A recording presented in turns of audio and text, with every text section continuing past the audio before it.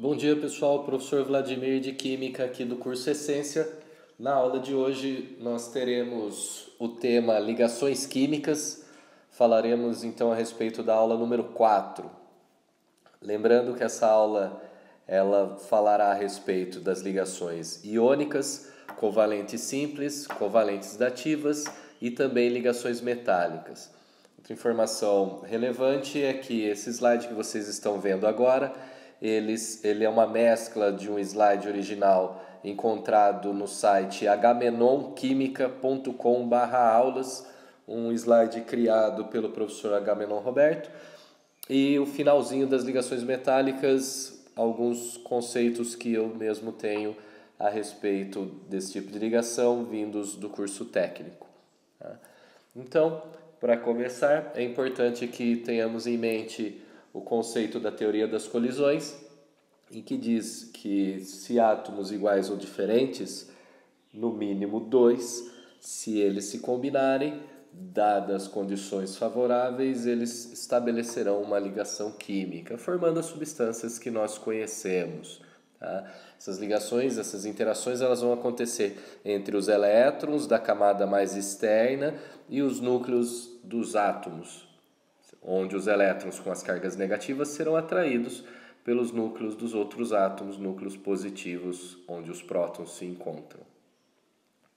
Para que ocorra essa ligação química, é necessário que, basicamente, ou os átomos percam ou ganhem elétrons, então nós chamamos isso de transferência de elétrons, transferência eletrônica, ou então eles compartilhem seus elétrons da última camada. Vejam aí um exemplo, no caso do átomo de sódio representando apenas o elétron da sua camada de valência, um único elétron, quando em contato com átomos do cloro, que possui 7 elétrons na camada de valência, o cloro sendo mais energeticamente carregado, ele é capaz de atrair este elétron do sódio, formando aí então dois íons, né, o Na+, e o Cl-. Então, nesse caso, nós dizemos que o sódio perdeu o elétron, enquanto o cloro ganhou o elétron.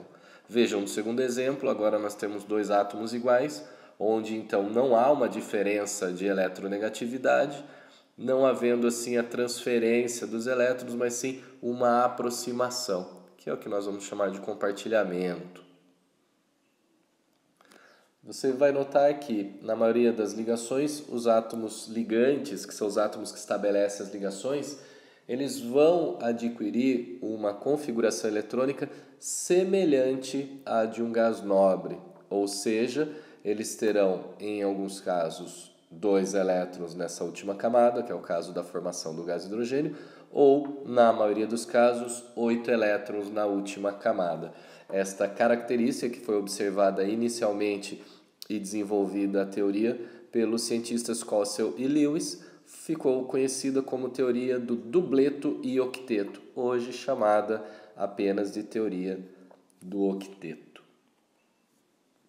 O que nós vamos observar é que, na maioria dos casos, tá, haverão exceções, mas na maioria dos casos, os elementos dos grupos 1, 2 e 3A, também chamados de metais alcalinos, alcalinos ferrosos e grupo do alumínio, eles têm um número baixo de elétrons, ou seja, 1, 2 e 3 elétrons na camada de valência. Isso vai atribuir eles a uma tendência maior a perder elétrons.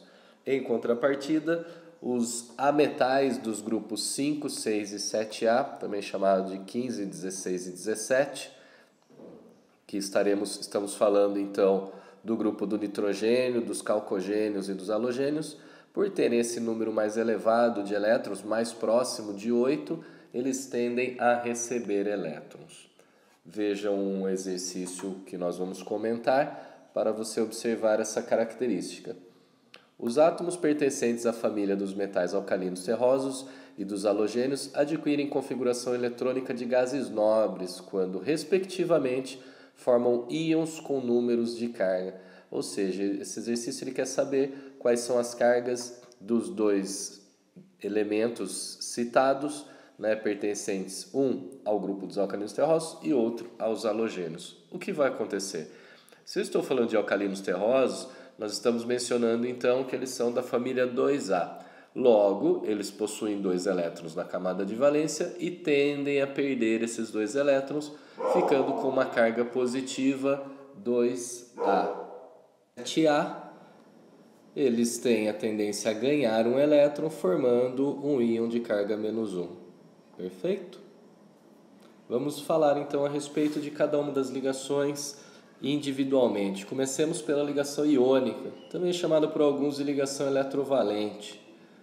Esse tipo de ligação ela acontece devido a uma atração entre duas espécies de cargas opostas, ou seja, duas espécies que têm a tendência uma a doar elétrons com muita facilidade, uma eletronegatividade baixa, e outro elemento que tenha uma tendência a receber elétrons com muita facilidade, ou seja, uma alta eletronegatividade. Isso equivale a dizermos que estamos falando de um metal e um não metal. Perfeito? Veja aí o caso, mais uma vez, da interação do sódio, que ao fazermos a distribuição eletrônica, você nota um único elétron na sua camada de valência, no subnível 3s1. Então ele vai perder esse elétron. Em contrapartida, o cloro, número atômico 17, ele vai, por ter 7 elétrons na última camada, ele tende a receber esse elétron. Ao se unirem, nós teremos então a atração, ou seja, a transferência do elétron do sódio para o cloro, formando o íon sódio mais e o íon cloreto menos. Nesta condição de termos aí então a formação automática de um íon positivo e um negativo, eles irão então se aproximar para que isso ocorra, formando, no nosso caso, o cloreto de sódio, o sal de cozinha. A regra prática ela é muito direta. Você, após ter determinado quais são os seus íons formados, pelo ganho e pela perda de elétrons, então veja aí, nós temos um cátion com uma carga hipotética X, próximo a um ânion com uma carga hipotética Y, você pode cruzar as cargas e terá a fórmula da respectiva substância. Lembrando, isso vale para blocos de íons, certo? Principalmente para compostos binários, onde nós temos 2 elementos químicos. Vamos exercitar então.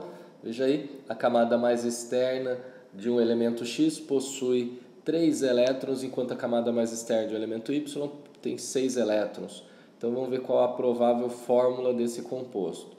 Bom, se o elemento X tem 3 elétrons, a tendência é perdê-los, formando então um íon de carga 3+. Em contrapartida, o elemento Y, que possui 6 elétrons, ele tem a tendência a ganhar o suficiente para 8, ou seja, 2 elétrons, formando o Y-2. Ao colocar esses 2 elementos na posição cátion e ânion, com suas respectivas cargas, cruzando elas, teremos aí uma substância de fórmula X2Y3, alternativa A nesse caso. Perfeito? Vamos falar agora da outra situação. Um segundo caso, falaremos da ligação covalente ou ligação molecular. Neste caso, nós teremos sim um compartilhamento e não uma transferência de elétrons, senhores. Por quê? Porque não há diferença de eletronegatividade suficiente para realmente retirar um elétron da camada de valência de um elemento em direção ao outro.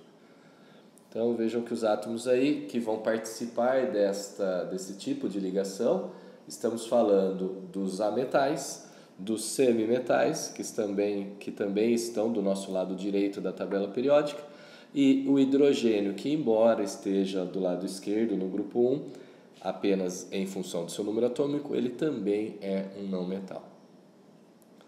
Então nós teremos aí pares de elétrons compartilhados para 2 átomos ligantes. Vejam alguns exemplos, nós vamos mostrar em seguida. Então o que acontece?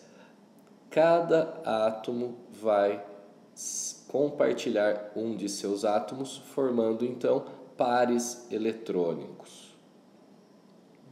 Vamos imaginar aí, no caso do hidrogênio, cada hidrogênio tem apenas um elétron na camada de valência. Ao se aproximarem, nós teremos aí a formação do gás hidrogênio. Veja aí, distribuição eletrônica, como já visto anteriormente. Se eu tenho dois átomos iguais, ambos com um elétron na camada de valência, haverá uma aproximação e a formação de um par eletrônico, estabelecendo uma ligação do tipo sigma. Toda ligação simples em compostos covalentes nós chamamos de ligação sigma. Esta fórmula que representa os elétrons, ou com uma bolinha para cada elétron ou com asterisco, nós chamamos de fórmula eletrônica ou fórmula de Lewis. Podemos também representar esse par eletrônico com um risquinho. Esse risco recebe o nome de fórmula estrutural plana. E podemos simplesmente ocultar as ligações, mostrando apenas que elementos estão realizando a ligação e quantos. Nesse caso, chamamos isso de fórmula molecular. Perfeito? Vamos pegar um outro exemplo aí. No caso do nitrogênio, grupo 15 ou 5A, onde cada átomo de nitrogênio tem 5 elétrons na sua camada de valência.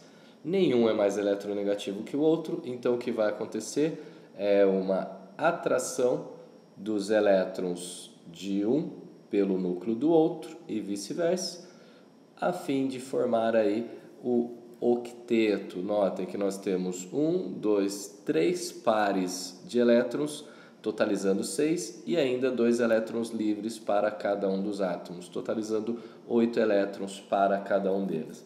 Neste caso, em que nós temos 3 ligações, vejam mais uma vez a fórmula eletrônica ou fórmula de Lewis, que pode ser representado também com 3 risquinhos. Neste caso, temos a fórmula estrutural plana. Na fórmula estrutural plana, notem, você tem aí neste caso o que nós chamamos de uma ligação covalente tripla. Tá? Não são 3 ligações covalentes simples, porque sempre eu contabilizo de um átomo para o outro. Então, do átomo do nitrogênio, eu tenho uma ligação covalente tripla para com o outro átomo de nitrogênio. A única consideração é que a ligação central, nós classificamos ela como ligação sigma, e as duas ligações laterais, que são mais fracas, nós classificamos como ligação pi. E podemos também simplesmente mostrar quem são os elementos e quanto com a fórmula molecular. Agora, um exemplo envolvendo elementos diferentes. Vamos pegar o exemplo da molécula da água, onde nós temos o hidrogênio com um único elétron na camada de valência e o oxigênio, ao distribuirmos aí seu número atômico 8, 8 elétrons quando estável, notaremos que ele possui 6 elétrons na camada de valência. Então, ao aproximar um hidrogênio do oxigênio com seus 6 elétrons, haverá uma atração, dando ao oxigênio agora 7 elétrons, e ao hidrogênio 2, que se estabiliza com 2. Se eu colocar no meio reacional outro átomo de hidrogênio, este também irá se aproximar, atribuindo 8 elétrons na estrutura ao redor do oxigênio e 2 para cada hidrogênio. Temos aí a representação de sua fórmula eletrônica.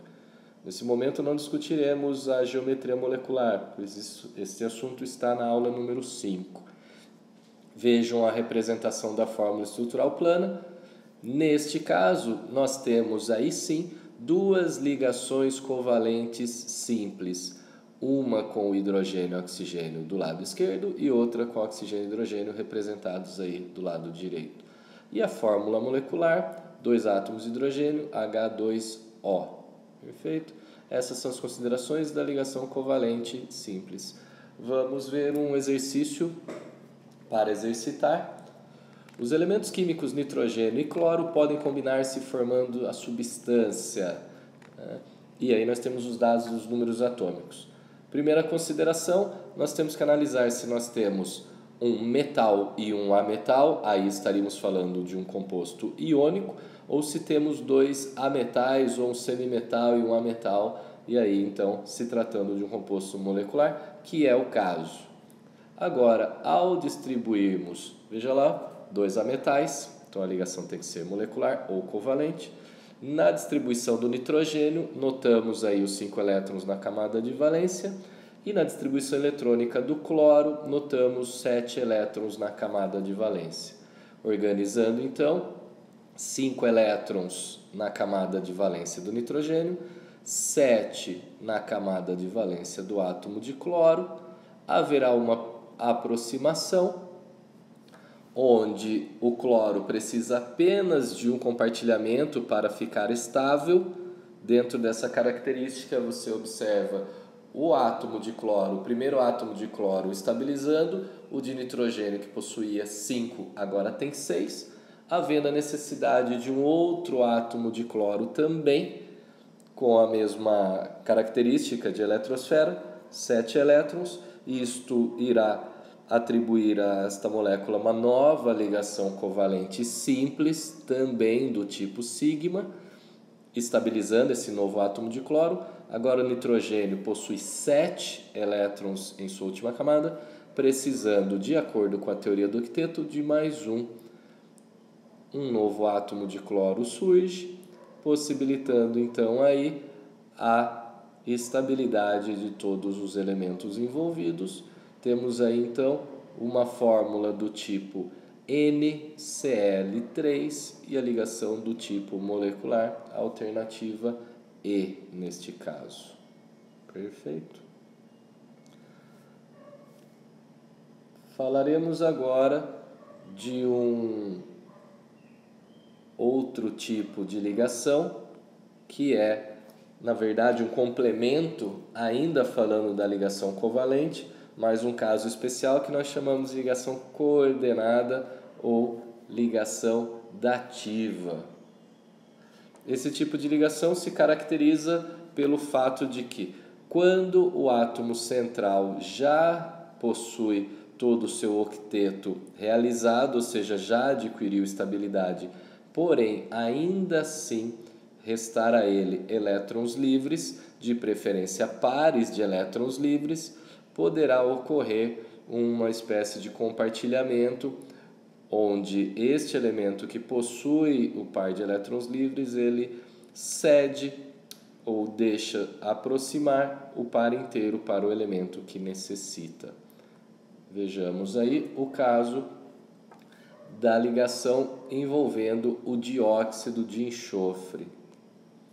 Notem que o enxofre possui 6 elétrons em sua camada de valência, o que atribui a ele apenas a necessidade de 2 compartilhamentos, não é?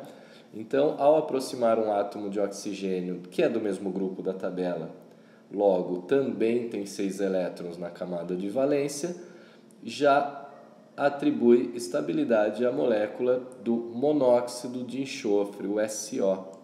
No entanto, notem que o enxofre possui elétrons livres que não realizaram nenhum tipo de ligação. Na verdade, 2 pares de elétrons livres.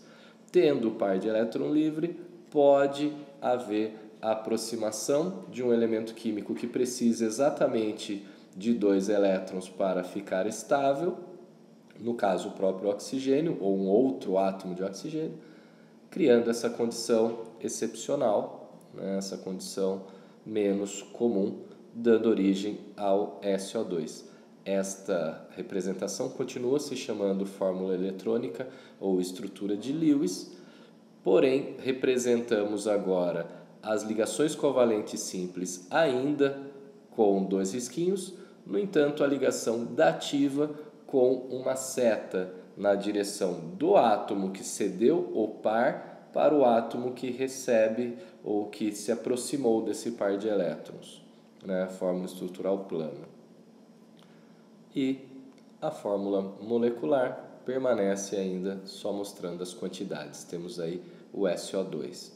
Uma observação importante, quando falamos de força de ligação, ao comparar uma ligação covalente normal com uma ligação covalente dativa ou coordenada, a ligação dativa ela é mais fraca do que a ligação covalente simples, uma energia de ligação menor. Vejam aí um exercício para exemplificar. nós temos o gás carbônico, CO2 é o principal responsável pelo efeito estufa, enquanto o dióxido de enxofre, SO2, é um dos principais poluentes atmosféricos. Se considerarmos uma molécula de CO2 e uma molécula de SO2, podemos afirmar que o número total de elétrons compartilhados em cada molécula é respectivamente igual a. E você tem os números atômicos aí dos 3 elementos químicos presentes nestas duas moléculas, do CO2 e o SO2. Então vejam aí a representação da fórmula estrutural plana do dióxido de carbono. Notem, o carbono, ao fazermos a distribuição eletrônica, ele tem 4 elétrons na última camada, então ele precisa de mais 4 compartilhamentos, né, para realizar aí a estabilidade com 8, formando esse composto com 2 ligações covalentes normais duplas. No entanto, o SO2, como nós já vimos anteriormente, ele se estabiliza com um dos oxigênios, formando uma ligação covalente dupla. Ainda assim, ele tem pares de elétrons livres, cedendo um par inteiro para o outro átomo de oxigênio. Então, notem que aí nós temos, a pergunta é, o número total de elétrons compartilhados nessa molécula. Então, cada risquinho normal diz respeito a 2 elétrons compartilhados. Então, na molécula de CO2 nós temos 2, 4, 6, 8 elétrons compartilhados. Na molécula de SO2 temos mais 4 da ligação simples, então 8 e 4. No caso, nós temos aí para a moléculas apenas do CO2 8, perfeito? E na molécula do SO2 nós temos 2, 4, 6 elétrons compartilhados. 4 da ligação S dupla O e 2 da ligação S dativa O. Como nem tudo é absoluto, senhores, nós temos algumas exceções que merecem um pouco da nossa atenção, pois não seguem à risca a teoria do octeto. Por serem casos pontuais, mencionaremos alguns deles, né? Então, nós temos aí o caso do berílio, um dos casos mais clássicos, que, devido à sua distribuição eletrônica e suas características de eletronegatividade, ele tem 2 elétrons na última camada e não necessita de 8 elétrons para adquirir estabilidade. Ele se estabiliza apenas com 4 elétrons. Perfeito? Nesse caso aí, um compartilhamento com cada átomo de hidrogênio satisfaz essa condição, né? Temos as representações, fórmula eletrônica, fórmula estrutural plana, né? E a designação de quantos elétrons ele terá na camada de valência. Temos também o caso do trifluoreto de boro, onde o boro não se estabiliza com 8 e sim apenas com 6 elétrons na camada de valência. Como o flúor só precisa de uma, nós temos 3 átomos de flúor aí atribuindo esta estabilidade. Temos o caso também do hexafluoreto de enxofre. O enxofre é um caso à parte, pois ele, em alguns casos, ele se estabiliza tranquilamente com os 8 elétrons na camada de valência, ou seja, precisando apenas fazer 2 ligações covalentes, 2 compartilhamentos para ter 8 elétrons, uma vez que tem 6, mas também forma aí uma situação se estabilizando com 12 elétrons na camada de valência, né? Um compartilhamento para cada elétron que ele já possui. Nós temos o caso do pentacloreto de fósforo, o mesmo acontece, embora na maioria dos casos ele realize apenas 3 ligações para ficar estável. Nesta interação com o cloro nós temos aí ele ficando estável com 10 elétrons de camada de valência. Há uma última situação onde a ligação dativa não se processa com um número par de elétrons. Nós temos aí a molécula do NO2, o dióxido de nitrogênio, oxigênio com 6 elétrons, nitrogênio com 5. precisa apenas estabelecer 3 ligações. Então, uma ligação dupla indo para 7, uma única ligação já satisfaz essa situação, que poderia acontecer, por exemplo, com o átomo de nitrogênio, mas ao aproximar um átomo de oxigênio em condições favoráveis, ele realiza uma dativa, porque há um par de elétrons no átomo central. Notem que todos acabam com seus 8 elétrons na camada de valência. Então, observem e atentem ao caso do NO2, que ele tem uma ligação covalente dupla normal com um oxigênio e uma ligação dativa com o outro. Então, nós temos aí uma ligação sigma, uma ligação pi e uma ligação dativa. Importante, certo? Então, veja que o nitrogênio ficou estável com 7 elétrons na camada de valência, neste caso excepcional. 4 com oxigênio, 5, 6 com outro oxigênio e o elétronzinho livre ali, 7. Alguns gases nobres podem também apresentar ligação, embora isso seja algo não tão simples de acontecer, mas pode ocorrer. Então, recentemente foram produzidos alguns compostos com esses gases, e aí então, como eles já são estáveis, é óbvio que eles realizam mais do que 8 ligações, aí 8 elétrons de camada de valência. Veja o caso do CF2, do difluoreto de xenônio. Como o xenônio já tem 8 elétrons na sua camada de valência, ele acabou ficando estável com 10. E no outro caso, ele ficou estável aí com 12 elétrons de camada de valência. São alguns casos mais excepcionais. Falaremos agora, senhores, do nosso último tipo de ligação de hoje, ligação metálica. A ligação que é formada apenas por metais.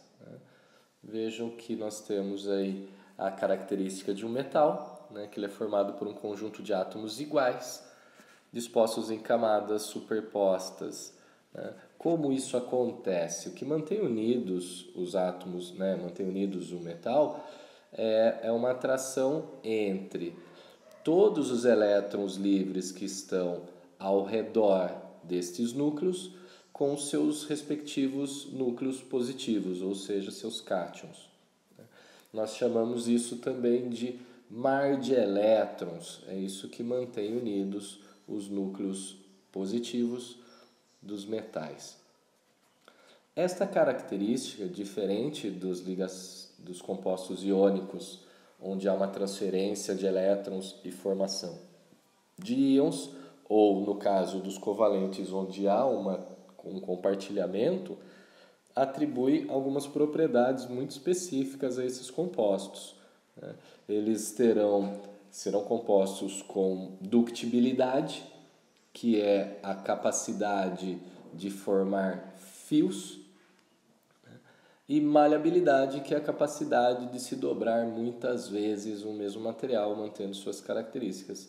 Além, é claro, de uma alta condutibilidade ou condutividade elétrica. A questão dos pontos de fusão e ebulição, eles são geralmente elevados, mas como nós temos algumas exceções, como o galho ou o próprio mercúrio, que é o metal líquido à temperatura ambiente, esta não é uma característica absoluta, certo? O que há de importante sobre os compostos metálicos, o que é de mais importante e mais citado, são as ligas metálicas. O que são ligas metálicas? Ligas metálicas são a união de 2 ou mais elementos, sendo que pelo menos um deles seja um metal. Importante essa diferenciação, não é a união apenas de metais, porque se nós pegarmos aí entre os principais exemplos, o mais mencionado deles e mais amplamente utilizado no nosso mundo moderno é o aço. O que é o aço? O aço é uma mistura envolvendo ferro e carbono juntamente com alguns outros elementos, dependendo da característica. Notem que nós temos no mínimo 98,5% de ferro, o restante posso ter aí quantidades variáveis de carbono e outros elementos. Outra liga importante é o ouro 18 quilates, que não é ouro puro.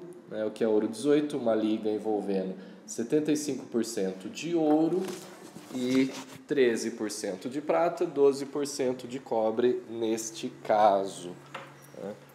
Nesta situação, notem, porque o ouro puro realmente, o ouro puro é um metal muito mole. Então, o objetivo das ligas, na realidade, é atribuir propriedades mais interessantes a um material que não teria originalmente. Outra liga muito mencionada é o bronze, né? Vejam aí, 67% de cobre e 33% de estanho, onde uma das ligas mais importantes ao longo da história, pelo motivo de que até originou eras, né? Nós tivemos a era do bronze. Outro metal muito utilizado aí, outra liga metálica mencionada é o latão, 95 a 55% de cobre e de 5 a 45% de zinco. Notem então que nós temos vários tipos de liga de latão. Nós temos também uma que hoje em dia não é tão utilizada, mas é a amálgama, que nada mais era do que a obturação metálica que era utilizada antigamente. 70% de prata, 18% de estanho, 10% de cobre e 2% de mercúrio, para criar a solubilidade, né, desse material para poder ser moldado. Uma liga nem tão mencionada, nós temos a liga Wood. Né? Essa liga Wood onde nós temos aí sua classificação de porcentagem. A liga Wood nada mais é do que o metalzinho que existe dentro das resistências de chuveiros ou fusíveis. Nós temos a solda, que é uma liga metálica envolvendo chumbo e estanho, e nós temos o magnálio, que é uma liga de alumínio e magnésio, muito utilizada aí na construção de aviões e automóveis. Senhores, com isso nós terminamos a nossa aula de ligações químicas. Falamos então de ligações iônicas envolvendo metais e ametais, onde há transferência de elétrons. Falamos de ligações covalentes simples e dativas, onde há o compartilhamento entre elétrons de ametais e ametais ou ametais e semimetais. E falamos de ligações metálicas. Lembrando a relação entre forças de atração ou ligações mais fortes, em primeiro lugar as ligações metálicas, depois ligações iônicas, seguidos de ligações covalentes simples e por último as ligações mais fracas, as ligações covalentes coordenadas ou dativas. Espero que nesses próximos dias os senhores realizem as atividades de nossa apostila do curso Essência e na quarta-feira teremos a live de resolução. Um abraço, bons estudos, até!